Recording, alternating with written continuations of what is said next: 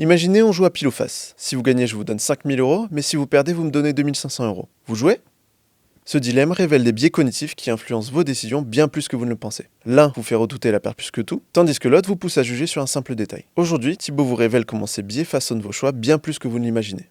Je voulais vous parler de deux choses, les biais cognitifs, et de deux biais cognitifs en particulier, et deux qui sont... Il y en a un qui est fondamental dans la communication, on ne s'en rend pas compte, et je ne sais pas si vous l'avez déjà identifié, et d'ailleurs vous pourrez faire un jeu avec vos amis de voir s'ils sont sensibles à ce biais cognitif-là, et l'autre qui est vital dans l'apparence et la présence professionnelle.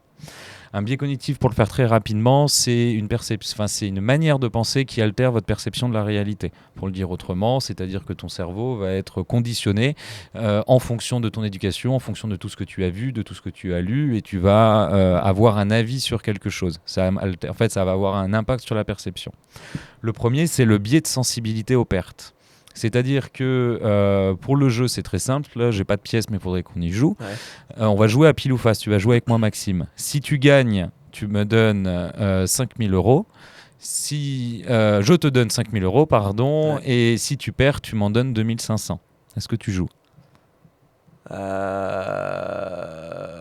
Non.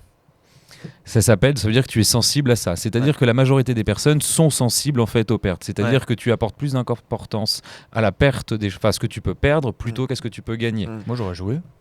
Après, ça dépend des gens. On estime que c'est vraiment plus de 3/4 des personnes. Ok. Là où c'est utilisé dans la communication, c'est qu'il y a un autre principe, c'est que le cerveau humain a... Quand vous voyez une pub où c'est marqué « ne perdez plus de temps », c'est un biais de sensibilité aux pertes. C'est-à-dire qu'on joue sur ce facteur-là. Ne perdez plus le temps de ça. Ne perdez plus, etc., etc. Ouais, mais le cerveau, il comprend pas la négation. Exactement. C'est-à-dire que le cerveau humain, donc c'est une extension. Le cerveau humain a beaucoup de mal à comprendre la négation. Il faut qu'il fasse un effort supplémentaire. Ouais. Et donc, par exemple, un truc tout bête, si je vous dis ne pensez pas à un éléphant, Tu vas penser à l'éléphant. vous pensez à un éléphant. Bien sûr. Et donc, dès que tu vas voir gagner du temps, gagner quelque chose, etc., ça peut, par extrapolation, bien évidemment, on va se dire que c'est une extension de ce biais de sensibilité aux pertes. Donc après, à voir, est-ce que ça a un impact sur vous? Dès que vous voyez quelque chose, ne perdez plus de temps, ne faites plus ça différemment, etc. Je fais des gros raccourcis, Donc, en gros, on a peu de temps, mais c'est... Au lieu de dire ne perdez plus de temps, il vaut mieux dire gagner du temps. Ouais, Avec ça. la com est souvent fait comme ça. Tu vas voir de la com... Gagner du temps, ouais. Ok. Beaucoup de messages de com sont faits dans ce sens-là. Ok. Les premiers de base, c'est ne perdez plus de temps. On estime très souvent qu'il ne faut jamais utiliser de négation dans la communication parce que déjà pas utiliser des mots négatifs, etc., etc. Par exemple, il n'y a aucun problème. Le problème, c'est comme c'est une forme de négation, on va retenir problème. Il faut utiliser des mots positifs derrière. Et donc du coup, il n'y a aucun problème, comment tu le transformes? Il y a zéro problème. Non, problème, c'est un mot. C'est un mauvais tu parles mot. de problème, Tout va bien. Tout va bien. Ah ouais, T'es ok. Ok. Tu vois, c'est... ok. Et donc la base de ça, c'est vraiment des raccourcis parce qu'on a peu de temps, mais Ouais, globalement c'est ça. Ok. L'autre qui est important dans la présence, dans la manière, dans l'apparence, c'est le biais de halo. Un effet de halo. L'effet de halo, c'est un peu ce qui a fait la première phrase de on n'a qu'une seule chance de faire une bonne première impression. Ouais. C'est-à-dire qu'on a tendance à accorder une caractéristique ou un détail et lui donner en fait l'apparence globale. Je prends un exemple. Une personne qui arrive à l'heure en rendez-vous est une personne professionnelle. Alors que pas forcément. Une personne qui ne fait pas de faute d'orthographe dans un email est une personne qui travaille bien. Alors que pas forcément. Et à l'inverse... ChatGPT, quoi. Ouais, potentiellement. Mais c'est le fait un détail va nous donner l'apparence sur tout le reste. C'est pour ça que on nous a... Mais tu vois, moi on aurait dû m'expliquer ça quand j'étais à l'école. Quand on me dit il faut faire des dictées, il faut être bon en orthographe, etc. Moi on aurait dû le dire dès le début, tu vois, on te l'explique dans ce sens-là. Oui. Mais tu fais un mail avec une faute d'orthographe, on se dit bah non, il est nul, il n'a pas eu le temps de le relire ou un truc comme ça, alors que ça peut être le correcteur ou ça peut être autre chose.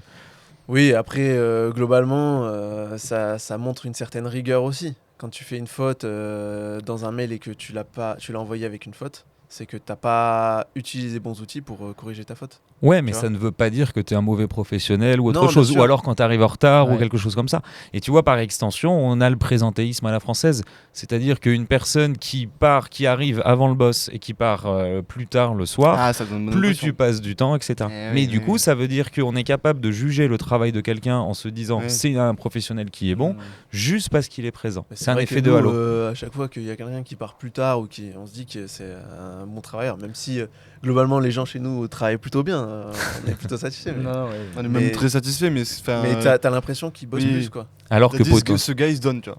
ouais, mais alors que potentiellement, si ça se trouve, c'est juste qu'il est plus lent que les autres. Oui, Ça, il a oui, pris mais plus oui. de temps pour faire la même tâche. Il a attendre regardé des fini. vidéos YouTube.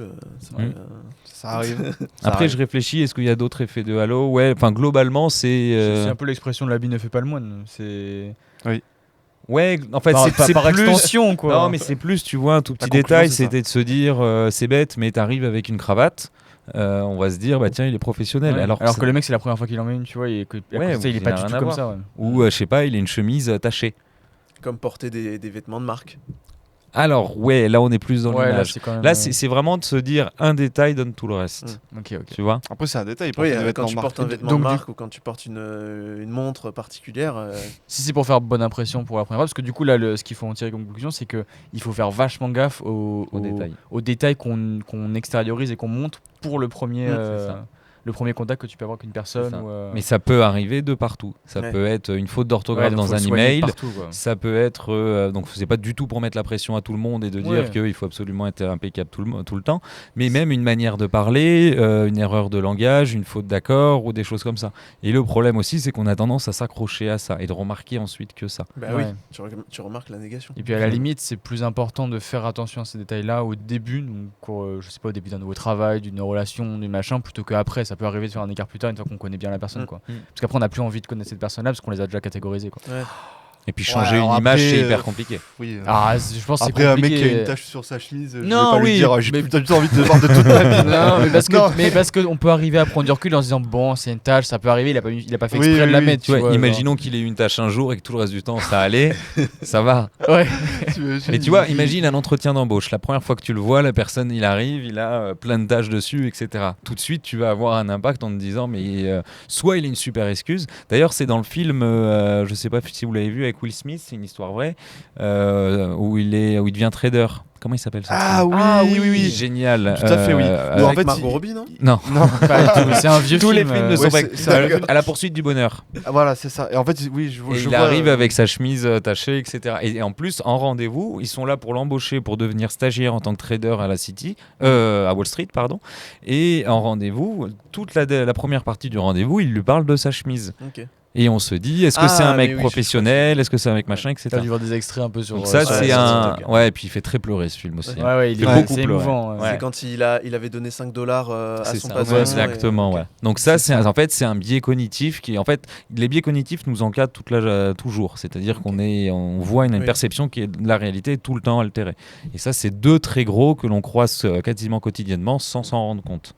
Et c'est très compliqué de les combattre Ouais, bien parce sûr. qu'on a des idées arrêtées sur les choses. Ouais, c'est Bien sûr. sûr. Et puis après, le fait de les connaître, ces biais-là, c'est plus simple après, je pense, d'essayer de se détacher de ça et de voir la vie avec un spectre différent. Ouais, c'est ça. Ce qu'il faut, c'est essayer de prendre du recul, une ouverture d'esprit, etc. Bon, après, il y a aussi parfois des choses, faut pas les Après, laisser oui, passer, voilà. quoi. Si tu viens par exemple à un entretien pour une boîte d'informatique sans ton PC, je sais pas, c'est plus compliqué. Tu Ça vois. parle d'expérience, ça, non Donc voilà, en tout cas, petit conseil, parce qu'un livre qui traite de tous les biais cognitifs, c'est Influence et manipulation, et vous verrez plusieurs biais cognitifs dedans. Attention, c'est pas manipulation dans le mauvais sens du terme, Oui. mais c'est justement l'application de ces biais cognitifs dans la vie réelle et la vie pro.